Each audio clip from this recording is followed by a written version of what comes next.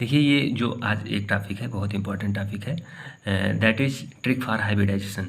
ठीक है, किसी मॉलिक्यूल में किसी सेंट्रल एटम का जो हाइब्रिडाइजेशन होता है उसको कैसे निकाला जाए, कोई ट्रिक हो सकती है? तो हाँ, उसके लिए हम एक चीज़ कैलकुलेट करते हैं, वो है स्टेरिक नंबर। ठीक है, तो स्टेरिक नंबर क्या है? स्टेरिक नंबर जो है ये बताता है कि नंबर ऑफ हाइब्रिडाइड ऑर्बिटल कितने हैं। ठीक है, किसी मॉलिक्यूल में किसी सेंट्रल एटम के जो हाइब्रिडाइड ऑर्बिटल हैं उनकी संख्या कितनी है। ठीक है, अगर उन हाइब्रिडाइड ऑर्बिटल की संख्या हमें पता चल जाए तो हम उस मॉलिक्यूल में उस सेंट्रल एटम का हाइब्रिडाइजेशन बता पाएंगे। ठीक है, तो सबसे इम्पॉर्टेंट चीज़ है स्टेरिक नंबर कैलकुलेट करना। ठीक है, तो हमें पता है कि अगर नंबर ऑफ हाइब्रिड ऑर्बिटल 2 हैं तो यहाँ पर ज्योमेट्री वो हाइब्रिडाइजेशन sp होती है। Number of orbital taking part in hybridization if 3। ठीक है, अगर हाइब्रिडाइजेशन में भाग लेने वाले ऑर्बिटल की संख्या 3 है तो ऐसी स्थिति में जो हाइब्रिडाइजेशन है वो क्या होगा, spp। 3 हो गए ना, तो कुल मिलाकर कितना हो जाएगा, sp2। ठीक है, तो जब sp2 हाइब्रिडाइजेशन होता है तो ज्योमेट्री क्या होती है, ट्राइगोनल प्लेनर होती है। अगर number of participating orbital in hybridization is 4। ठीक है, मतलब अगर हाइब्रिडाइजेशन में भाग लेने वाले ऑर्बिटल की संख्या 4 है तो ऐसी स्थिति में हाइब्रिडाइजेशन क्या होगा, spp। कुल मिलाकर sp3। ठीक है, कितने हैं, 4 है ना, तो 4 यूज करो, 1 2 3 4, 4 ऑर्बिटल हो गए ना, तो वही हाइब्रिडाइजेशन sp3। अगर हाइब्रिडाइजेशन में भाग लेने वाले ऑर्बिटल की संख्या 5 है तो ऐसी स्थिति में ऑर्बिटल का हाइब्रिडाइजेशन क्या होगा कुल मिलाकर। ठीक है, वो sppd। ठीक है, मतलब sp3d हाइब्रिडाइजेशन होगा। ठीक है, तो ऐसी स्थिति में जो ज्योमेट्री निकल के आएगी वो ट्राइगोनल बाईपिरामिडल निकल के आएगी। ठीक है, तो ये चीज़ है, ये जो ज्योमेट्री है ये आप देख सकते हैं, कहीं से भी देख सकते हैं गूगल वगैरह पे कि ये कैसी होगी ज्योमेट्री टेट्राहेड्रल। तो देखिए अगर नंबर ऑफ हाइब्रिड ऑर्बिटल 5 है तो यहाँ पे जो हाइब्रिडाइजेशन है वो sppd। ठीक है, कुल मिलाकर 5 हाइब्रिडाइड ऑर्बिटल हैं, तो वो कौन कौन से हैं, spp और d। अगर नंबर ऑफ हाइब्रिडाइड ऑर्बिटल 6 हो जाए तो ऐसी स्थिति में जो नंबर ऑफ ऑर्बिटल होंगे वो कितने होंगे, spppp और फिर तो sp4। ऐसा हो सकता है जी?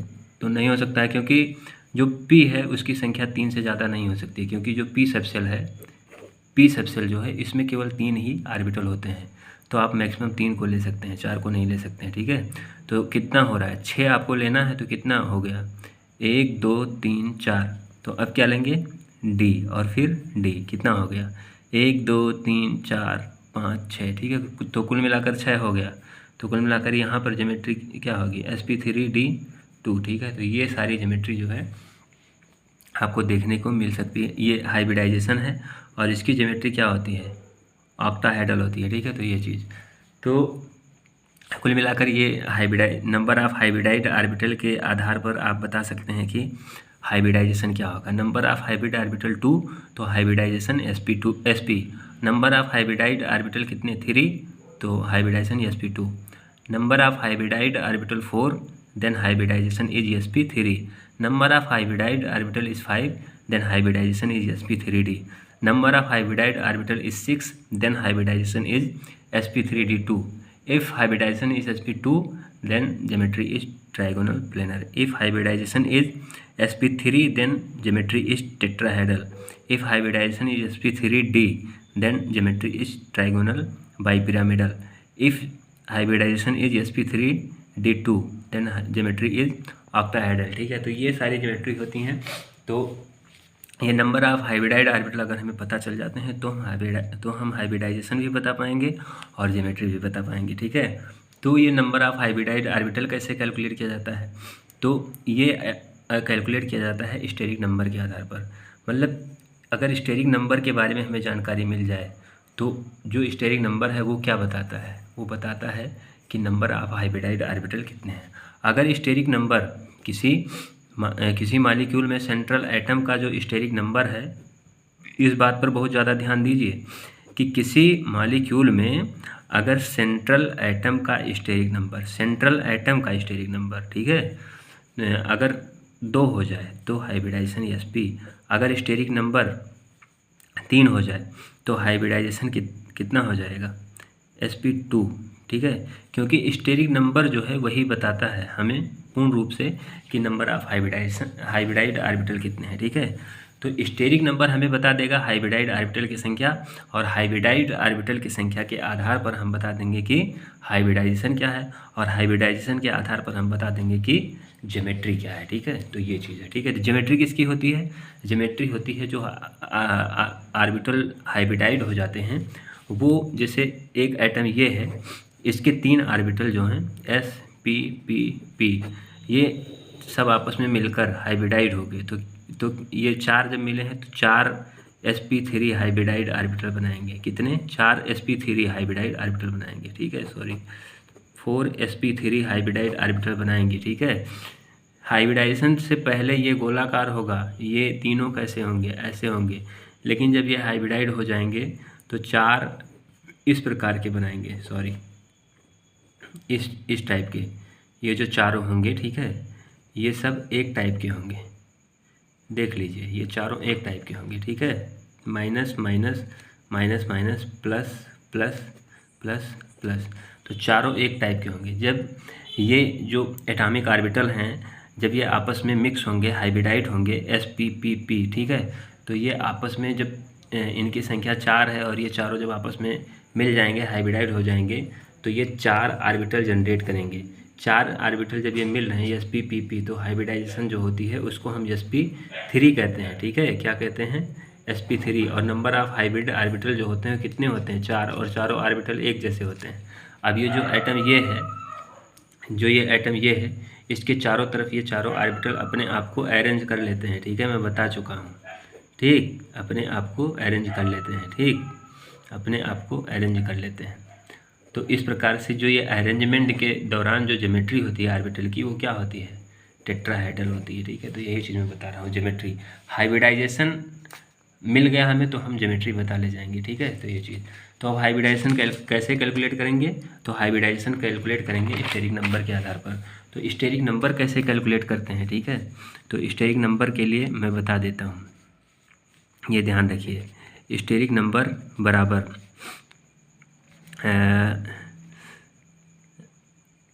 वैलेंस इलेक्ट्रॉन, ठीक है, ऑफ सेंट्रल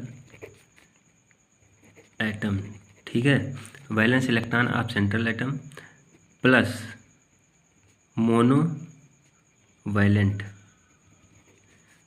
स्पीशीज। ठीक है, जितनी भी मोनो वैलेंट स्पीशीज हैं, ठीक है, उनकी संख्या, और फिर प्लस नेगेटिव चार्ज का नंबर माइनस पॉजिटिव चार्ज का नंबर। ठीक है, मतलब नेगेटिव चार्ज की संख्या कितनी है और पॉजिटिव चार्ज की संख्या कितनी है, और ये इतना करके फिर जो आएगा उसका आधा कर देना है। ठीक है, क्या करना है स्टेरिक नंबर के लिए? Valence electron of central atom calculate करना है, प्लस उस सेंट्रल एटम से मोनोवैलेंट स्पीशीज कितनी है उनकी संख्या लिखनी है, और प्लस नेगेटिव चार्ज उस पर कितना है ये लिखना है, और माइनस पॉजिटिव चार्ज कितना है ये लिखना है। ठीक है, एग्जाम्पल से मैं बताता हूँ। ठीक है, हाइब्रिडाइजेशन आप किसका चेक करेंगे? सेंट्रल एटम का। और सेंट्रल एटम क्या होता है? सेंट्रल एटम क्या होता है? जिसकी संख्या कम होती है। क्या चीज़? जिसकी संख्या कम होती है। ठीक है, उसी को हम क्या कहते हैं? सेंट्रल एटम कहते हैं। ठीक है, तो हमेशा आपको सेंट्रल एटम का ही हाइब्रिडाइजेशन चेक करना है। ठीक है, H2O अगर मैं बात कर रहा हूँ तो इसमें सेंट्रल एटम कौन है? सेंट्रल एटम जो है वो ऑक्सीजन है। ठीक है, क्योंकि इसकी संख्या क्या है? कम है। तो आप ऑक्सीजन का हाइब्रिडाइजेशन चेक करिए H2O में। ठीक है, कि H2O में ऑक्सीजन का हाइब्रिडाइजेशन क्या है। ठीक है, तो बहुत आसान है, जो आप सेंट्रल एटम सेलेक्ट किए हैं, ठीक है, इसमें लिखा है SN आप कैलकुलेट करेंगे। तो SN कैसे कैलकुलेट करेंगे? सेंट्रल एटम का वैलेंस इलेक्ट्रॉन कितना है। ठीक है, वैलेंस इलेक्ट्रॉन में अगर आप कंफ्यूज हैं तो आप प्लेलिस्ट में जा सकते हैं मेरी और चेक कर सकते हैं, या फिर आप यूट्यूब पर सर्च कर सकते हैं कि valence electron calculation bye Madhukar Mishra, तो आपको वो मिल जाएगा। उसमें मैंने वैलेंस इलेक्ट्रॉन कैलकुलेट करना सिखाया है, एटम्स का भी और मॉलिक्यूल्स का भी और आयन का भी। ठीक है, तो आप वैलेंस इलेक्ट्रॉन कैलकुलेट कर सकते हैं, ठीक है। यहाँ मैं डायरेक्ट वैलेंस इलेक्ट्रॉन रखूँगा, यहाँ मैं बताऊँगा नहीं कुछ भी, ठीक है, कि वैलेंस इलेक्ट्रॉन क्या है क्या नहीं है। जो आपके सामने सेंट्रल एटम आएगा मैं उसका वैलेंस इलेक्ट्रॉन बताऊँगा, क्योंकि मैं इस पर लेक्चर बना चुका हूँ, मैं बार बार वही चीज़ें रिपीट नहीं करना चाहता हूँ, ठीक है। अगर आप समझना चाहते हैं तो आप पीछे के लेक्चर में जाके देख सकते हैं, ठीक है। तो स्टेरिक नंबर कैसे कैलकुलेट करना है, H2O में स्टेरिक नंबर किसका कैलकुलेट करेंगे, ऑक्सीजन का, ठीक है। तो स्टेरिक नंबर क्या होता है, नंबर ऑफ हाँ valence electron of central atom, क्या लिखा है, valence electron of central atom. तो सबसे पहले आप valence electron of central atom लिखिए। तो सेंट्रल एटम है क्या, ऑक्सीजन है ना, तो ऑक्सीजन का वैलेंस इलेक्ट्रॉन कितना होता है, 6 होता है, और फिर plus number of monovalent species, ठीक है। मैं ज़्यादा नहीं, बस इतना आपको बता देता हूँ, ठीक है। मोनोवैलेंट में आप इतना याद रख सकते हैं, आपके लिए काफ़ी है, ठीक है। मोनोवैलेंट स्पीशीज, ठीक है। इसमें आपको जो याद करने वाली चीज़ है वो याद रखना है हैलोजन फैमिली, ठीक है। क्या याद रखना है, हैलोजन फैमिली, हैलोजन फैमिली और हाइड्रोजन। अब हैलोजन फैमिली क्या है, फसल ब्राइट इंडिया, फसल ब्राइट इंडिया, ठीक है, और फिर हाइड्रोजन। तो ये जो चीज़ें लिखी हैं ये सब क्या है, मोनोवैलेंट हैं। साथ में आप कुछ याद कर सकते हैं, ठीक है, वो H कामा, वो R, ठीक है, कामा N R, ठीक है। तो ये चीज़ें जो हैं ये मोनोवैलेंट है, ठीक है। OS double bond O, double bond OH, ठीक है, ये भी क्या है, मोनोवैलेंट है, ठीक है। तो ये सारी चीज़ें मोनोवैलेंट है, ठीक है। तो ये आप लिख सकते हैं इसमें, ठीक है। तो मैं अभी दिखा रहा हूँ इसमें। तो जैसे हाइड्रोजन है तो हाइड्रोजन तो मोनोवैलेंट है ना, तो इसमें पहला क्या लिखना है, वैलेंस स्टेरिक नंबर के लिए valence electron of central atom.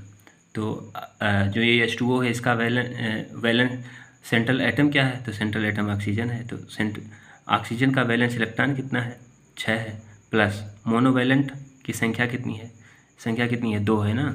Hydrogen monovalent है और कितना है, 2 है, तो आप 2 लिखिए।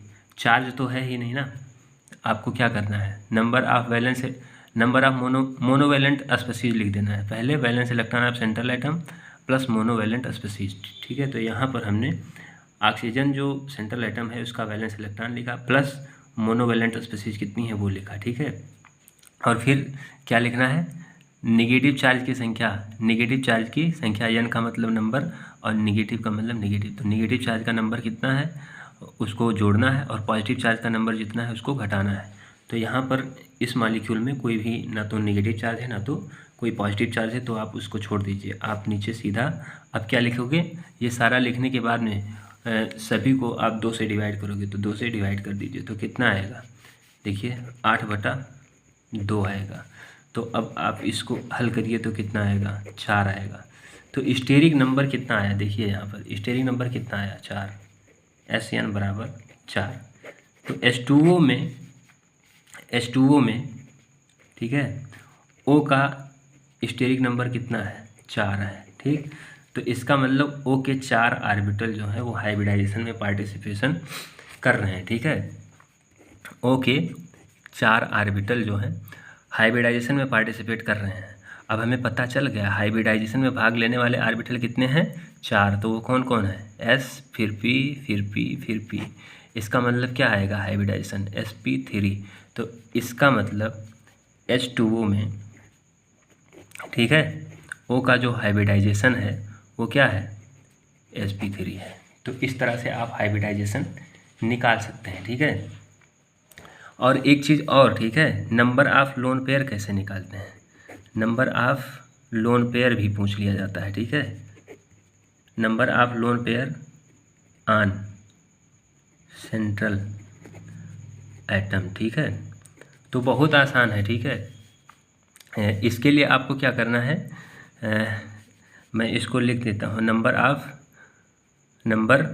Of lone pair on central atom, ठीक है, बराबर होता है स्टेरिक नंबर माइनस सराउंडेड, ठीक है,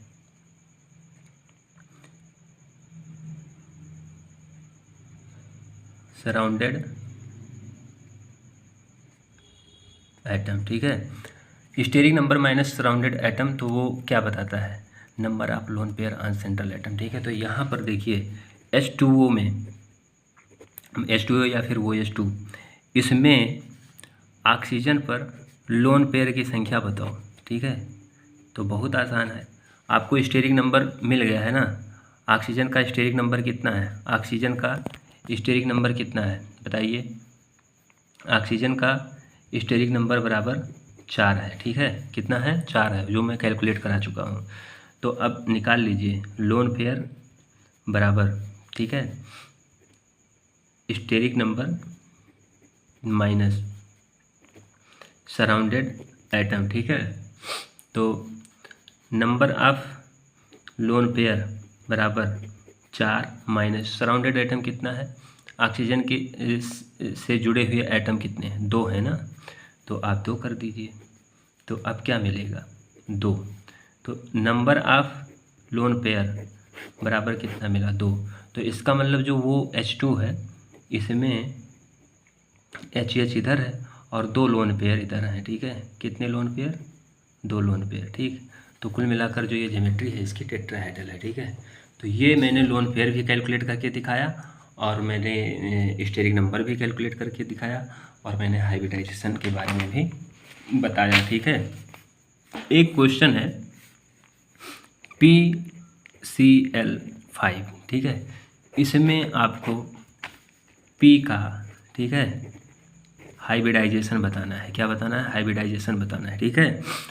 और क्या बताना है, नंबर ऑफ लोन पेयर, ठीक है, मतलब फास्फोरस पर लोन पेयर की संख्या बतानी है, ठीक है, दोनों चीज़ें।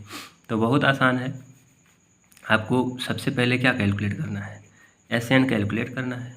तो SN क्या होता है, वैलेंस इलेक्ट्रॉन, सेंट्रल एटम का वैलेंस इलेक्ट्रॉन कितना है, सबसे पहला वो आप लिखो, ठीक है। सेंट्रल एटम P है तो इसका वैलेंस इलेक्ट्रॉन कितना है, 5, ठीक है, फार्मूले में मैं बता चुका हूँ। Plus number of monovalent species, तो क्लोरीन में बता चुका हूँ, ये मोनोवैलेंट है और कितना है, देखिए 5 है ना, तो 5 लिखिए। और प्लस चार्ज को लिखना है, तो चार्ज तो कुछ है ही नहीं, तो चार्ज का तो काम जाने दो, ठीक है। तो अब बटा 2 कर दो, तो बराबर कितना आएगा, 10/2, कितना आएगा, 5। तो यहाँ से स्टेरिक नंबर बराबर कितना आया, 5, ठीक। स्टेरिक नंबर बराबर 5 आया। तो आप लोन पेयर बताओ कितना होगा। लोन पेयर बराबर होता है steric number minus surrounded atom. तो अब इसमें देखो स्टेरिक नंबर कितना है बताइए, अभी कैलकुलेट किया, 5 माइनस सराउंडेड एटम कितना है, सेंट्रल एटम से सराउंडेड एटम कितने हैं, 5 है ना, तो 5 लिखो। तो बराबर कितना आया, 0। तो इसका मतलब लोन पेयर बराबर 0। तो जो आप PCl5 लिखते हैं, इस पर P पर कोई भी लोन पेयर नहीं होगा, 0 लोन पेयर होंगे, ठीक है। तो अब हाइब्रिडाइजेशन क्या होगा, तो हाइब्रिडाइजेशन कौन बताता है, SN बताता है, ठीक है। फास्फोरस का हाइब्रिडाइजेशन क्या होगा, SN बताएगा, ठीक है। फास्फोरस का SN कितना निकाला अभी आपने ऊपर, फास्फोरस के लिए SN कितना निकाला, 5। तो यहाँ पर 5 लिख दीजिए। तो 5 के लिए नंबर ऑफ ऑर्बिटल कितने यूज होंगे, 5, SP P P और फिर D। तो कुल मिलाकर हाइब्रिडाइजेशन क्या आया, sp3d। तो इसका मतलब PCl5 में हाइब्रिडाइजेशन क्या है, PCl5 में हाइब्रिडाइजेशन sp3 है, ठीक है। और PCl5 में हाइब्रिडाइजेशन क्या है, sp3d, क्योंकि स्टेरिक नंबर 5 है। स्टेरिक नंबर 5 है, इसका मतलब नंबर ऑफ हाइब्रिडाइड ऑर्बिटल 5 है, क्योंकि स्टेरिक नंबर जो है वो बताता है कि कितने नंबर ऑफ हाइब्रिडाइड ऑर्बिटल हैं, ठीक है। स्टेरिक नंबर की गणना करना हमें क्या बताता है कि हम गणना कर रहे हैं नंबर ऑफ हाइब्रिडाइड ऑर्बिटल, ठीक है। तो स्टेरिक नंबर 5 आया, इसका मतलब नंबर ऑफ हाइब्रिडाइड ऑर्बिटल कितने हैं, 5। पाँचों को एक साथ अगर अच्छे से लिखें तो क्या मिलेगा, sp3d। इसका मतलब हाइब्रिडाइजेशन क्या है, sp3d। और sp3d पर ज्योमेट्री क्या होती है, ट्राइगोनल बाई पिरामिडल, ठीक है। तो इस तरह से, ठीक है। मैं एक और एग्जांपल ले रहा हूँ, NH4+। यहाँ पर n का हाइब्रिडाइजेशन क्या होगा। ठीक है, बहुत आसान है। सेंट्रल एटम यही है ना, तो सेंट्रल एटम जब यही है तो इस सबसे पहले आपको क्या करना है, सेंट्रल एटम का वैलेंस इलेक्ट्रॉन लिखना है, तो SN कैलकुलेट करना है कुल मिलाकर। ठीक है, क्योंकि SN हमें क्या बताएगा, नंबर ऑफ हाइब्रिडाइड ऑर्बिटल। ठीक है, और नंबर ऑफ हाइब्रिडाइड ऑर्बिटल हमें क्या बताएगा, हाइब्रिडाइजेशन, और हाइब्रिडाइजेशन क्या बताएगा, ज्योमेट्री बताएगा। ठीक है, और तो इस प्रकार से हम कैलकुलेट करेंगे SN। तो SN कैसे कैलकुलेट करेंगे, SN बराबर सेंट्रल एटम का वैलेंस इलेक्ट्रॉन 5, ठीक, और प्लस मोनोवैलेंट कितने हैं, मोनोवैलेंट कितने हैं 4।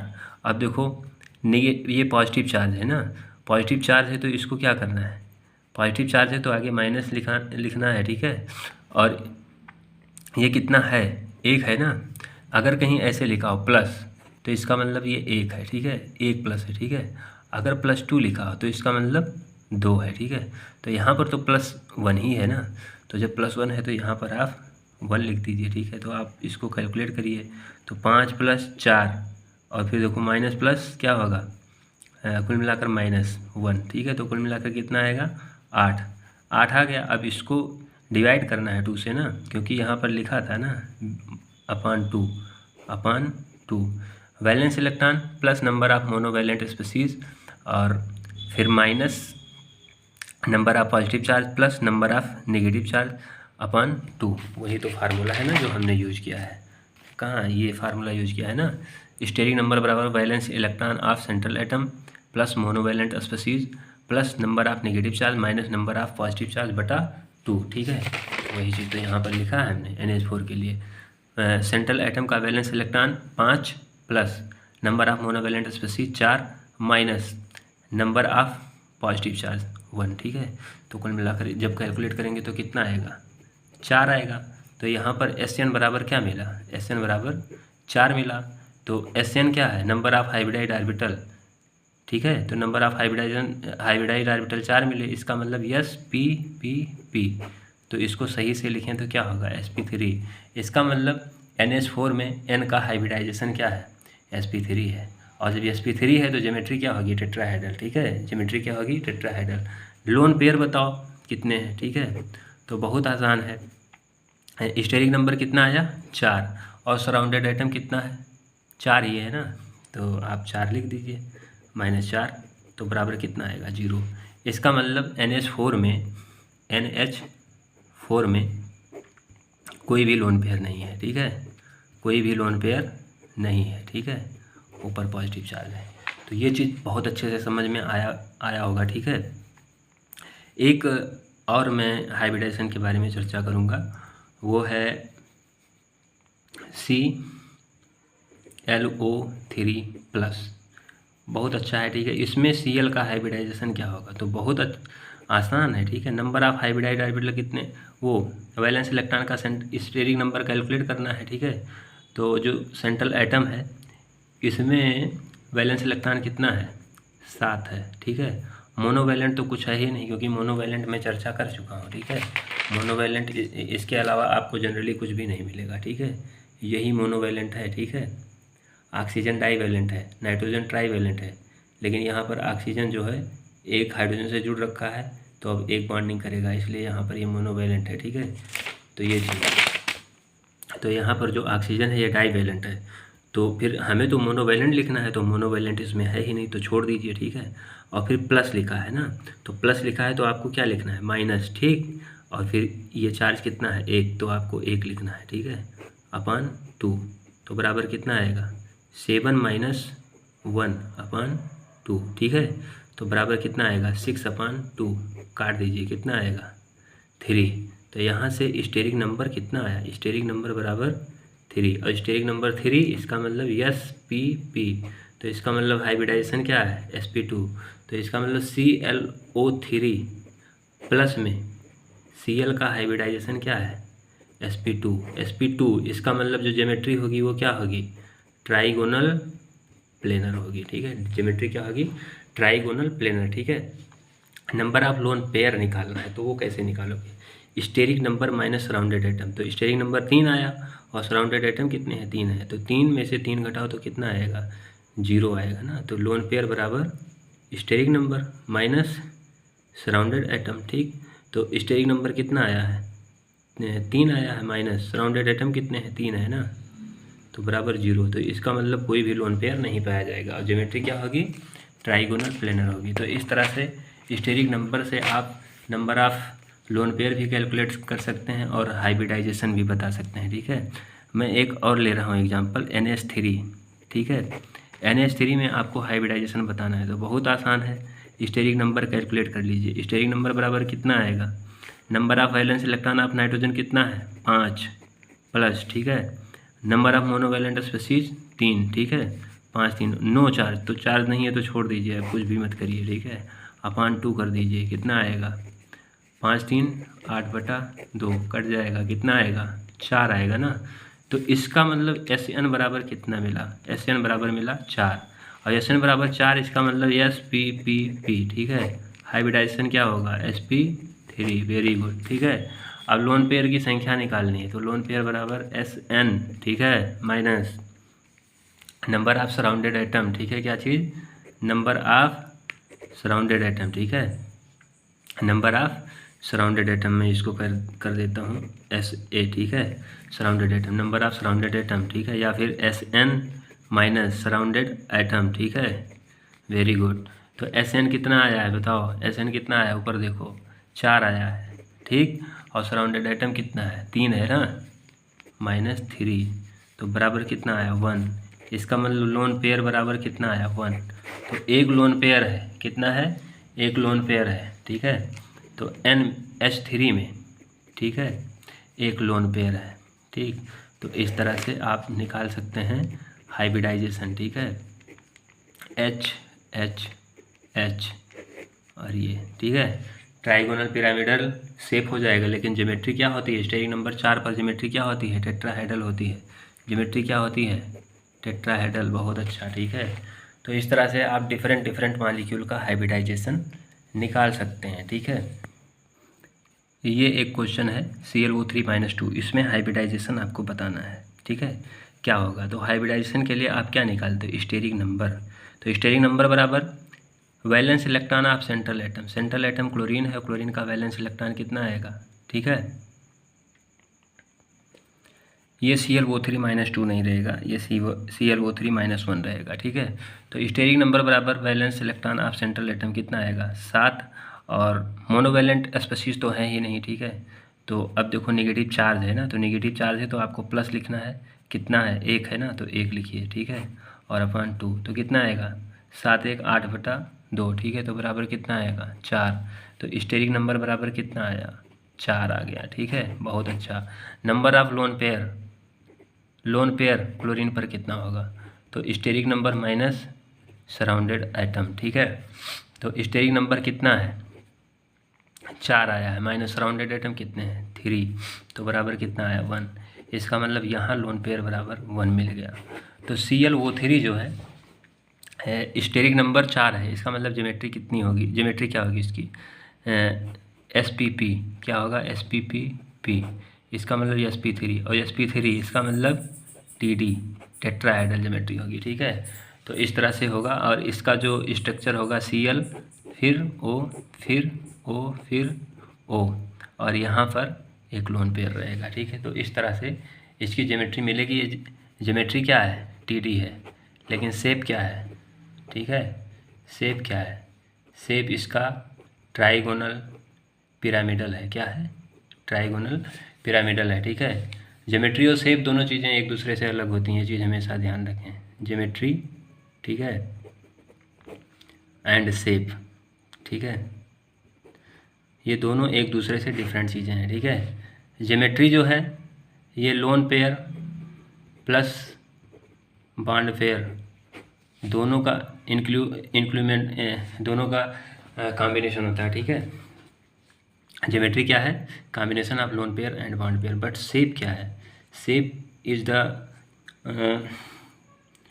Only result of bond pair. ठीक है, ये केवल बॉन्ड पेयर से संबंधित होता है। ठीक है, जो शेप होती है वो केवल बॉन्ड पेयर से संबंधित होती है, लेकिन ज्योमेट्री लोन पेयर और बॉन्ड पेयर दोनों से संबंधित होती है। ठीक है, तो यहाँ पर देखो जो ज्योमेट्री है वो लोन पेयर और बॉन्ड पेयर दोनों से संबंधित होगी। तो कितने आ रहे हैं, 4 आ रहे हैं ना, 1 2 3 4, तो दोनों को अगर मिला दिया जाए तो ज्योमेट्री क्या होगी, टेट्राहेड्रल, ठीक है।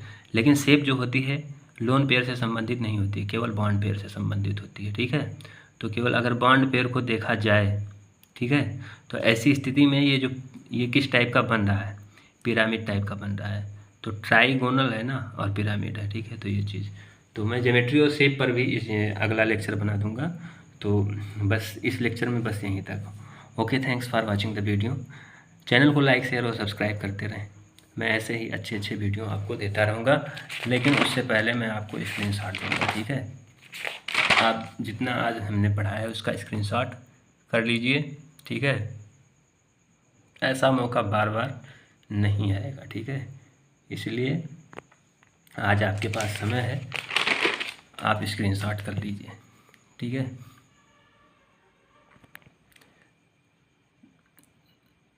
ठीक है, ये मोनोवैलेंट स्पीसीज हैं, ठीक है, ये आप रट लेंगे, ठीक है। ये सब मोनोवैलेंट स्पीसीज हैं।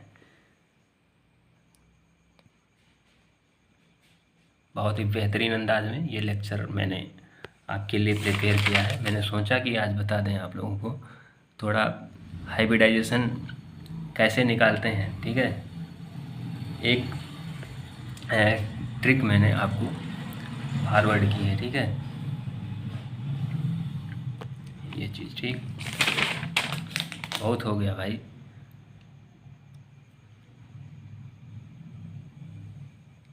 ठीक है। तो बस अब लेक्चर में यहीं तक एंड करते हैं और फिर नेक्स्ट लेक्चर में अगले दिन मिलेंगे, ठीक है।